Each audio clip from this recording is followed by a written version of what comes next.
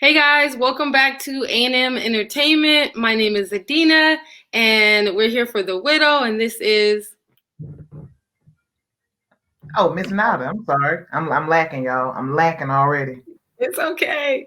Hey, and we just got finished watching episode 4 from season 4 of Attack on Titan, and there's a lot to talk about. They gave us so much information, so we're just going to go into a couple of things, talk about it, kind of dive in, and let's see what this episode gave us.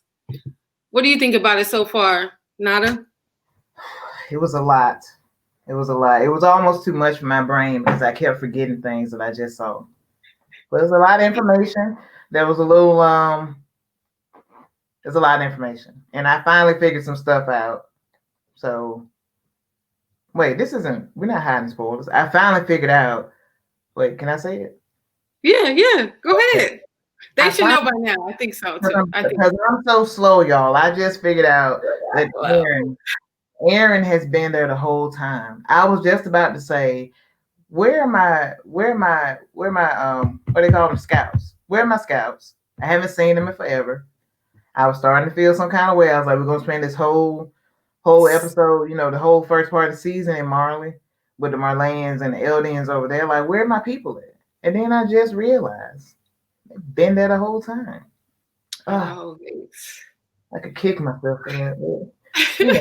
Hey, it took me a little time too. So hey, this is why they did it, to trick us, to see if we're really paying attention. But I mean, it's hard to distinguish. So I'm excited. It's actually, when I found out, I'm like, wait a minute, what? And it kind of like everything started making sense. So yeah. It finally clicked for me. So I guess we can go ahead and get to. There's five particular points in the episode that Geeky and I agreed that kind of stuck out to us the most. So I think this is the first one that we got queued up for a little bit. Yep. We won't give y'all any audio because we don't want no issues. So we'll just let a little bit of it play, and then we'll talk about why it stuck out to us. Okay, so we'll go ahead and play it real fast and go from there. Okay. 頼みたいことがある。何ですか、クルガさん。手紙を送りたいんだが、この収容区から中身を確認された。それだと俺が奇妙だって言われちゃうから。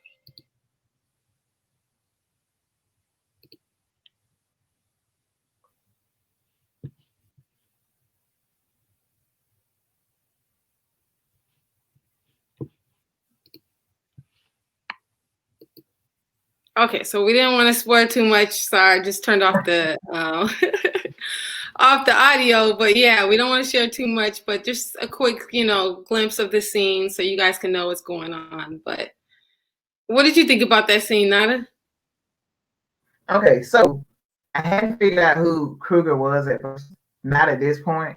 But I also knew that there was a bigger plan in play because he wasn't using. He's using Falco. He's using Falco to send correspondence, right? And I was like, there's got to be something going on with this guy because he's otherwise well enough to go home. Why won't he go home? Because last time he was like, he was there. Yeah, he's obviously missing a leg, but he's well enough to leave. Like the people they're keeping there can't function without day-to-day help. Yeah. So I was like, there's something going on with this guy. And I was like, yeah, he's a part of some kind of uprising. I couldn't quite put it together at that particular point when I watched it, but I knew something was going on with Kruger. Yeah, definitely. And he, like you said, he's using this young kid, but I mean, he has to. He's probably sending communication outside to either Mikasa, Levi, or Armin, or one of them, and letting them know probably what he's heard in here or what he's able to find out. And it's interesting because this young boy don't even know what he's doing, but I mean, this is what happened. No idea. But I feel like this boy's he's gonna be the ticket for them, getting in the inside, being able to infiltrate these people. So, it's really interesting how they chose this as the opening scene, and I think it's getting me really excited. So I was glad they showed it this. So agreed. All right. So what's the next scene we got? Is it how am I posted?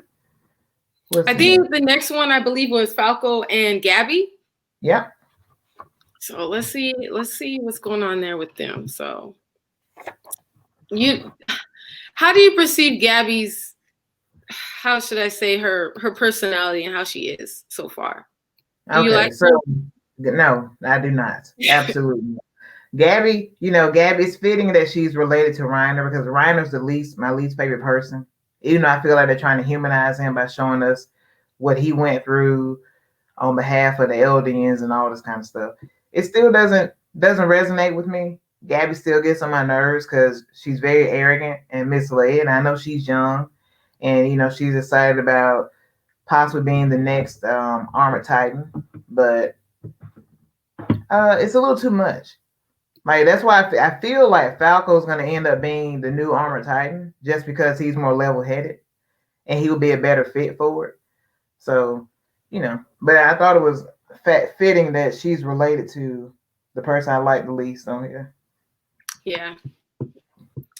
I feel like we really haven't seen too much of her being a child. It's just she's so stuck and so set on being this Titan that she really is a one-track mind. Like, and it's kind of scary because people like that exist, and it's because of her environment. And like you said, I even to people in the, like, your friends or the other kids were saying she was the devil.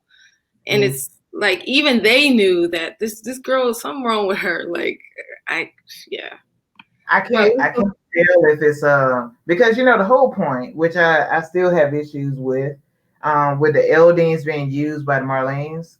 Like they use them as their soldiers, they use them to embody the Titans, and then they command them, right? And the Eldians do it out of some sense of obligation for stuff that happened centuries ago. And it makes no sense to me why they feel so indebted to the Marlenes. You know what I mean? Like they're willing to die just to be accepted by them, and then they still treat them poorly. Like even though they serve in the war, the army, the military, whatever it's gonna be, and they die for them, even though they use the Eldian children, they're training them to be the next Titan, right? All that, and they still don't respect them. You know what I mean? It's like they see them as I don't know, tools of war, but not as people. Yeah, exactly. They're not seen as humans. And they do all this stuff because like the thing they keep pushing is if I do this, then my family be secured in Marley. They'll be honorary Marleyans or whatever they call it.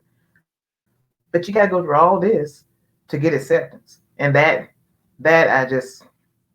I need that to end soon. Yeah, it's sad because they're so fixated on proving themselves and trying to do what they can to be seen in this positive light. But it's like that's what your ancestors did in the past, and they're still paying for it. And it's kind of reminiscent of things nowadays. And that's why Attack of the Titan really has a lot of realism, and people kind of like gravitated because it deals with these type of issues. But it's just crazy how they're still trying to pay for something that they feel like is their fault, when in actuality it's not. And it wasn't their fault from the beginning. It's just the way things happen. And then they're punished, and they're using the Eldians to fight against other Eldians. Like they're going to Paradise Island or Paradise, whatever it is. They go over there and they call them devils or whatever. Y'all the same. You're the same people. They're the same people. They don't even. It's crazy. The greatest accomplishment of an oppressor is to plant a seed of doubt within that community, and it resonates and it never goes away. Yeah, and they've done that really successfully, and that's how they have a hold of these people. And like they said, the Marleyans are literally living a lavish life and only hearing about the war through the newspaper. And it's really sad. It's just like they could give a care about the Eldians that are putting their literal life on the line for you, and you're just reading about it in the newspaper. It blows my mind. But yeah, let's go ahead and just show the quick scene of Gabby and Falco.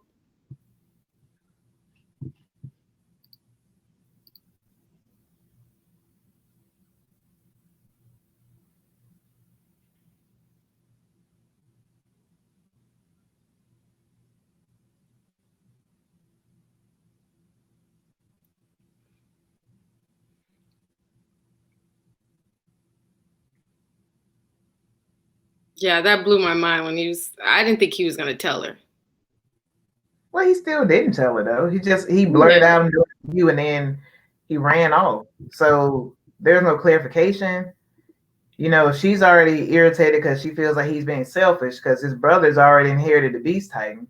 And so she's like, your family's already safe.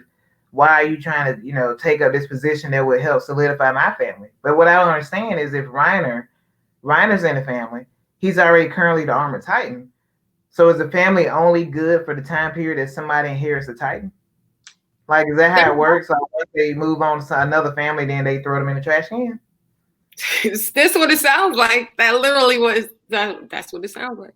You're like an honorary family for like that time of it, you being that armor, like you said. And other than that, after you served, it's like, and that's kind of like reminiscent of war times and all. When people are in war and they come back home, they're forgotten about. Like, yeah, okay, it's sad.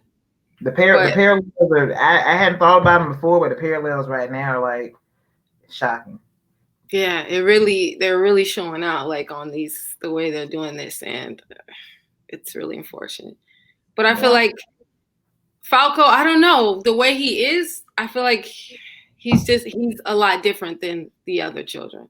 And I feel like we're going to see more of him, but he really is. I feel like his drive is not to be in this war. He doesn't want to be in the war he's doing it to help Gabby, and he wants to help others. And I don't know if I'm stretching, but that's just how I feel. So I'm just like, it's interesting. I feel like he's the more level-headed of the group, of the four of them. I think he's the more level-headed one I think he could see reason. Like, I could see him changing sides, because he's like, why are we fighting this war? You know what I mean? It's unnecessary. They got us fighting against other people, our same people. I feel like he's kind of like going to be that linchpin, maybe. Yeah. Could be totally wrong. But yeah. Yeah, so that's why this particular scene kind of stood out to me. Yep. All right. So our next scene is going to be the introduction, I believe, of Willie Tiber and the Tiber family. So while she's queuing this up, we learned that Willie is from the Tiber family. Wait, I'm going to spoil it. It's not a spoil. They've seen this. So as she queues up this particular part of the video, we learn about Willie Tiber and the Tiber family, who have made a surprise visit to Marley. And we find out why they're there.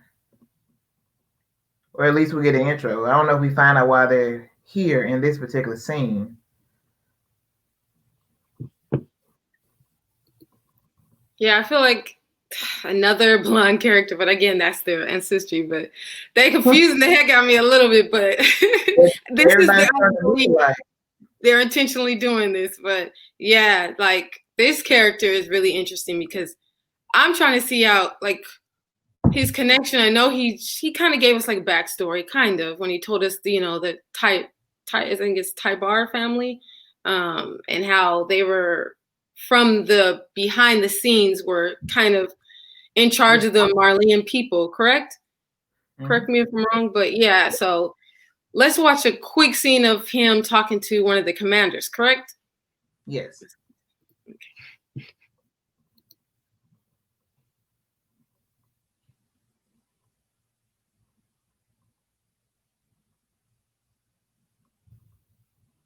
So this is Willie. He's pretty. Yeah, I know, right? That hair.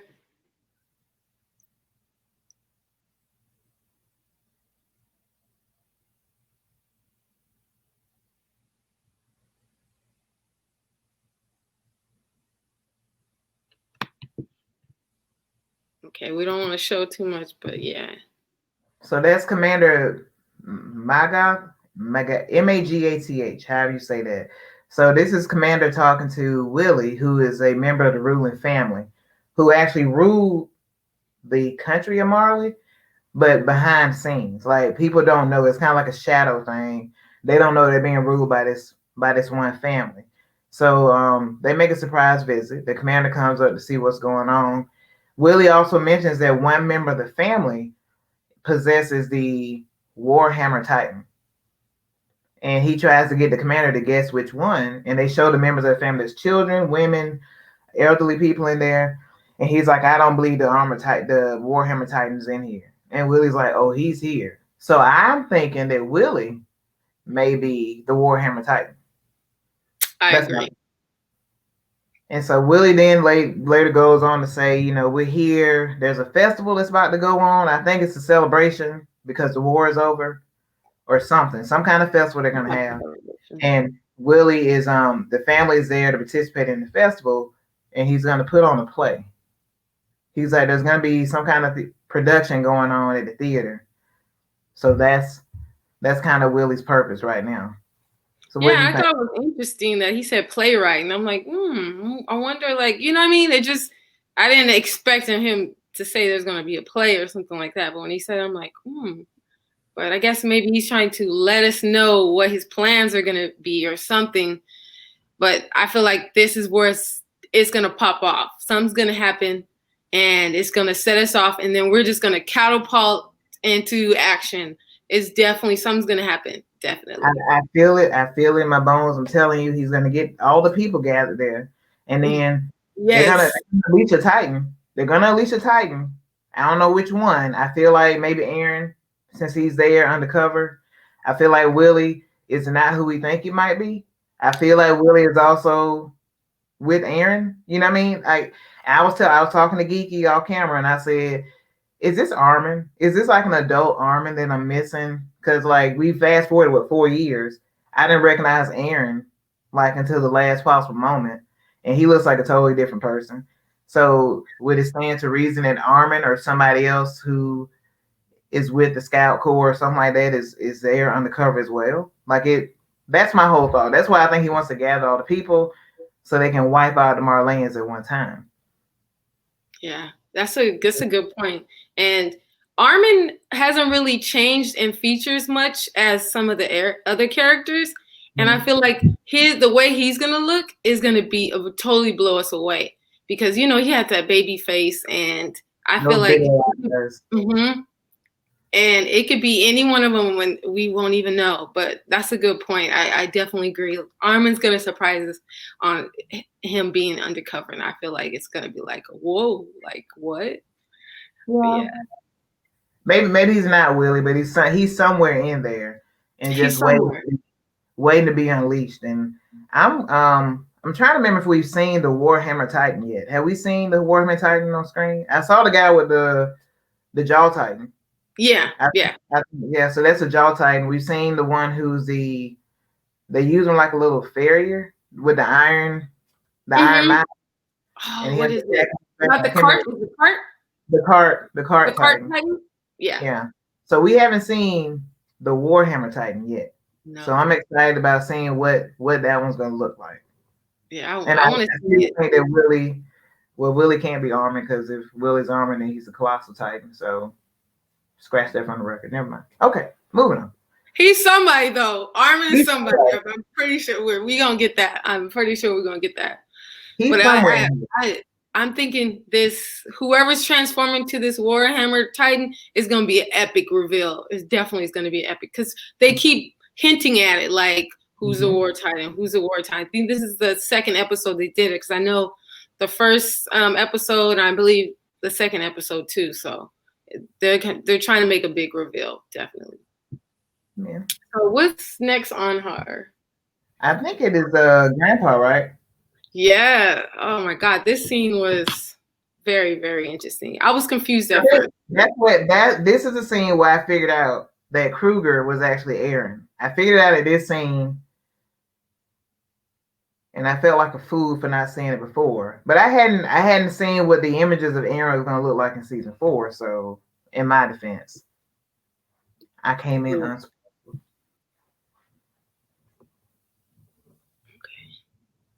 There we go. There we go. I want to make sure we get the right part of the scene. Can we get just a little volume on that one too? Yeah, let's do it. Oh wait, the volume doesn't matter because never mind.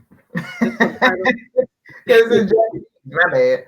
It helps me. It helps bring me into the scene when I hear the music and I hear the voices, but it's okay. We can read it. We can read. Okay, let's do it.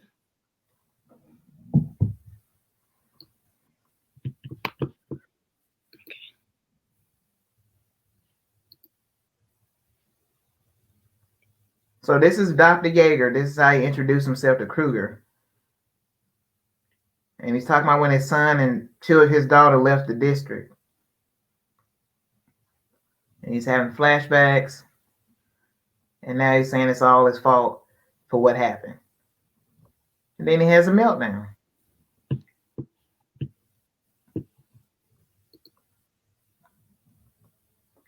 Yeah, my brain, when that happened, I was like, but wait, like it was just going off. I was like, but so, yeah. So this is when he first came out to join Kruger at the time. When he came out to join Kruger on the bench, he's like, stop using that boy to do stuff for you. He's trying to bring honor to his family, blah, blah, blah. Like, don't let him get caught up in your thing. They bring suspicion upon him, and then all his work will be for nothing. His family will still be doomed because of Eldians. And then he said, I'm Dr. Yeager. So me, being me and a little bit slow, when he said, I was like, oh, he's a doctor at the hospital. Oh, okay. And I said, oh, it's cool. Dr. Yeager's Aaron's grandfather, or what's his dad's name? I forgot his dad's name. Either way, Aaron's grandfather. And I was like, oh, it's cool. He works at the hospital. I still hadn't put it together that was him until the moment he sat beside him and started talking, had his meltdown, and they said, oh, he's not supposed to be out here. I realized he was a patient. Mm-hmm. And then I started looking at Kruger, this scene in particular, and I was like, wait a minute. Look at those eyes. Well, I'll be damned. It's Aaron. And he's sitting right beside his grandfather. And his grandfather's like, tell him, like, it's all my fault that all this stuff happened. And it's crazy how Aaron was looking at him like he couldn't believe it, because he, again, heard the story of what happened when they went down in the cellar and they read that book from his dad, and it all was coming back to him like, oh man, like that's my grandfather. Like, can you believe that? Small world. It's just like, yeah, I can only imagine. But now we know he has, well, except Zeke, he has family out there, and he's not alone, which is good for him, because throughout this, we haven't, he lost so many people in his life. And I like how we know that his father or his grandfather is, and I don't want to say right mind, but not in any, not as that, but at least he's not. He's around. Not a crazy, like he's not an extremist or anything like that. He at least is in a good place to work. You know what I mean? I'm saying. I don't know if he's in a good place, because he was warning. He was like, that boy is Falco. He's fighting hard to bring honor to his family, so don't mess that up. So he's still very much the same person that he was when, God, what is his name? I know what you're talking about. And I can't think of it either. When Aaron's father was a child, I can't remember his name.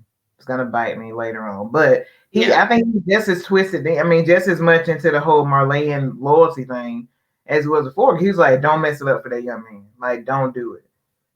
Yeah. So I don't know. Do you think maybe in his confused mind that he recognized that Aaron might be related to him? No, I don't think so. Yeah. Okay. I thought maybe he was like, I know you're up to no good. Like, stop it. Like, I know you're trying to do something. Don't bring that kid into it. Yeah, yeah. At least I just felt like at least he's not like at least he's established. At least he's just right there, and he's not out there just doing crazy stuff like everybody else. So because he's in a nut house. That's what I'm saying. But at least, yeah. But that's why these things stuck out to me, because I finally realized at this moment who Aaron was, or who Kruger was. That Kruger was Aaron. Whatever.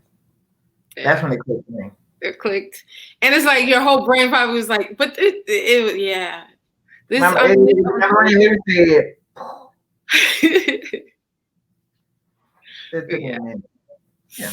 So it's interesting how the interactions are going to be when he comes back or anything like that. What is he going to what is he going to do now that he has this information that he has a family being right here? Like, how is he going to act? What is he going to do? Like, how is it? I don't think it changes the mission. Like, no, not that. But at least he knows. He knows that he's there, so it has to be for some reason. You know what I mean? They introduced him for some reason. You think he's just gonna stay there and he's just gonna be like deuces? I don't know. I don't know if he. I mean, they don't have a relationship. Like, he knows that Zeke is related to him, right? I think he knows Zeke is related. I don't know if he knows that's his brother yet. Like, I don't know if they figured it out. But he knows that Zeke knew his father some kind of way. They're related some kind of way. And I don't think that changes anything because Zeke is still the Beast Titan that like killed hundreds of his friends. So still got to die. You know what I mean? Oh yeah. No, I don't think that's gonna. Of course, he's gonna die. I'm just interested on how they're moving forward. How's that gonna? If it's gonna change anything? Not saying it'll change his mission, but I'm just interested. I don't know. So, we'll see. And the last one, what did you think about the festival itself? I know we just got a little glimpse, but that's our next kind of scene that was really important. So what the festival made me realize that these episodes are too short because I was just getting into it and I was about to get excited because I was like, something's about to go down and it's going down at this festival. And then that was the last scene of the episode. So they're at the festival. I think we see Gabby wake up with all this commotion going on outside, and she runs out the door, and she's out there, and you see her three friends, including Falco and the other two whose names I can't remember. But they're saying, these vendors showed up and started opening up these booths. It's a whole festival. There's food everywhere, which is strange because I feel like they're always starving and fighting for food, but there's food everywhere, and Gabby eats until she's sick. Yeah. And has to be dragged away by Reiner. And then we see the episode end. So like right when I was about to get into it, it's like, nope, tune in next week. I know. It's probably it seemed like a part 1, part 2 is coming up. Like, you know how they just shut off in the middle of the episode and you're just like, dang. Like there's literally this whole season's been like that, where you're like, where's the rest of it? And they're like, nope, come back next week. Yeah. And I feel like this is the last hurrah for them. You see they're enjoying themselves. And they don't even know it. So like the Tiber, that's why I really think the Tiber family is gonna pull something, because they gathered all these people who would normally not be enjoying life in this manner, because the Eldons have always been separated from the Marleyans, right? They serve, they live to serve them, but now they're here, they're having this festival, everybody's getting along, everybody's happy. So it's like a big trap. Is what I'm seeing. Yep, I agree. And they're all falling into peace. Like they're all falling where they're supposed to be, and it's just like. Well, if you give people something they're not used to, they don't know. They're like, "Oh, you're gonna give me all this food? Oh, we're gonna have a party? Okay, let me do it." It's a setup, man. Like, yeah, they're last. I'm paranoid, so my thing be like, this is a setup. This don't seem right. I don't know what's going on, but they're right into it. They're enjoying it. Like I said, Gabby eats too much. Yeah, let's show it real fast. Okay.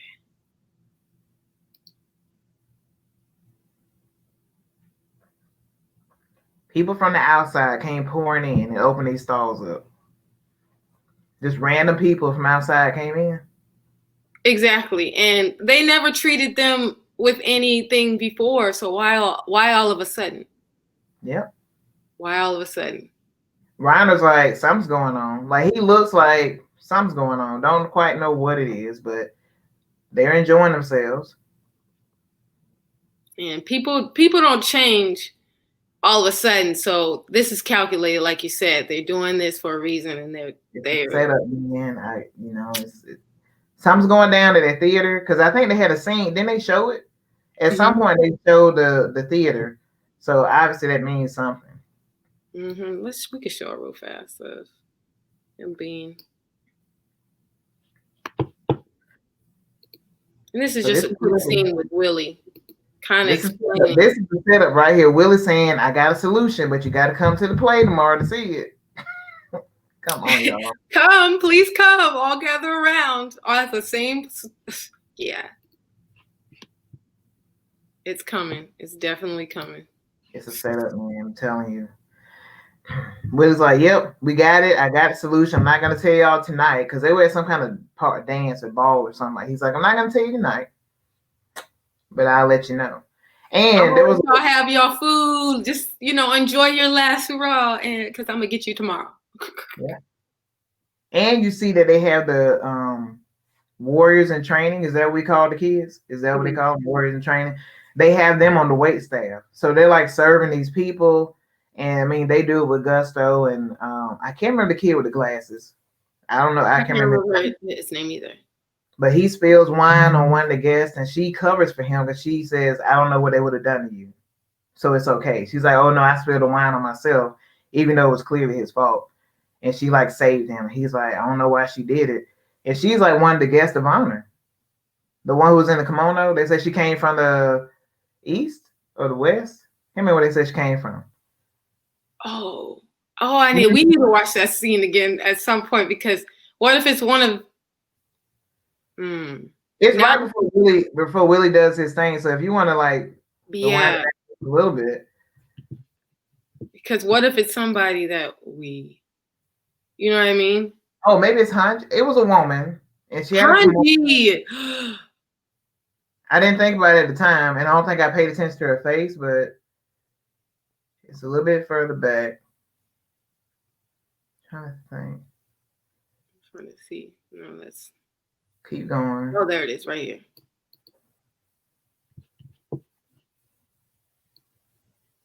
Right here, right? A little bit. Right. It's right where he started his speech.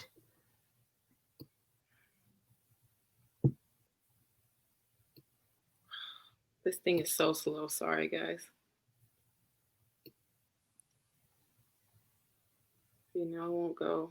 It won't show me where she's at. Come on. Oh, there it is. I think it's right here.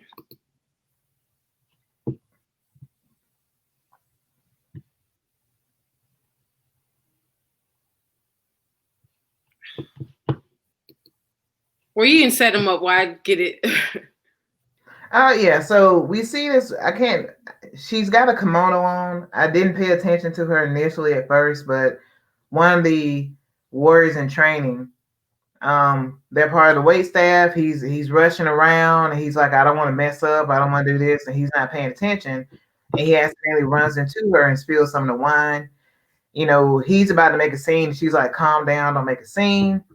And everybody in the crowd's like, what's going on? Because they've already made a comment about, the food tasting bad because the Eldians are there working.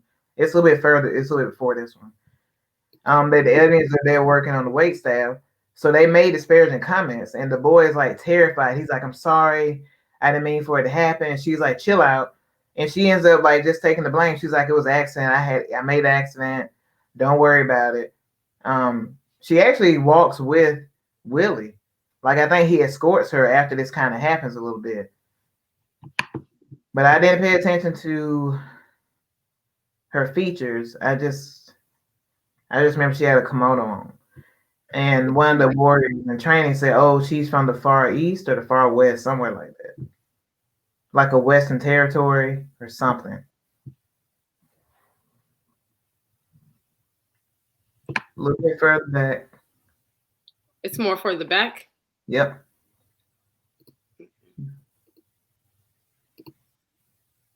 Right here. This is her walking.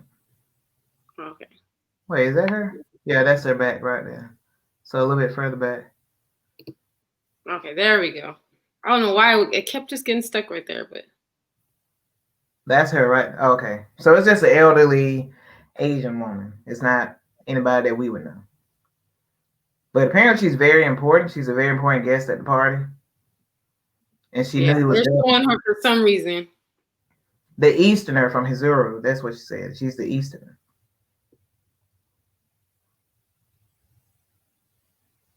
But yeah, so this is Willie setting everybody up. This is the setup. Something's going down at the festival. I don't want to spoil geeky on what I saw, but I saw the clip for next week. Yeah, so we're not gonna spoil her. I'm not gonna spoil y'all. I'm just gonna say it's going down next week. It's very exciting. There's going to be two worlds will collide next week. Is all I'm gonna say. And I'm ready for it. I've been waiting for this. Like, that's the only thing about Sucks. Like, by the time you hit the end of the episode, you're already ready for the next episode. And it's just like, you have to wait that week. And it's like, oh, now I'm on my toes. Like, I'm just twiddling my fingers because I want to see what's happening. Because, like you said, I don't know. I didn't watch that. I don't like watching the little glimpse just because I want to be so excited when I get into it. But stuff is going to go down for sure. It's gonna happen. And you know what? I'm glad they're doing it this way because it takes you back to the old school way of watching TV where you had to wait week to week to see what was gonna happen. You're not able to binge everything at one time, so I can appreciate that.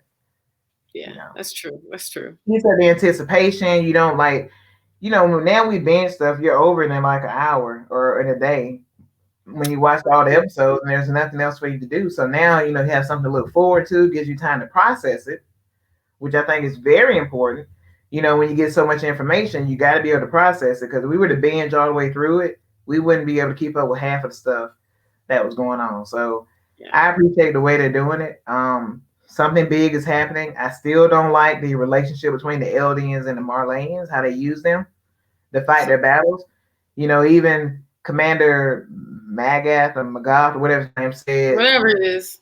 He said they're content just to read about it in the paper. They don't care about how it happens. They just want to read about it in the paper.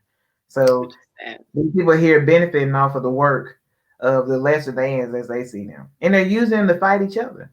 It's crazy. And the worst part is that they brainwash them so badly that they are willing to do so. Yeah. They consider it an honor to go and kill their own people because they don't see themselves as being the same. Yeah, they really have that self-hate for, again, no apparent reason because they're kind of stuck in the past and they've been brainwashed basically, and it's sad to see. It's really sad to see. So parallels, but we don't. That's a whole nother conversation right there. Yeah, exactly. Maybe we'll do that at the end of the season.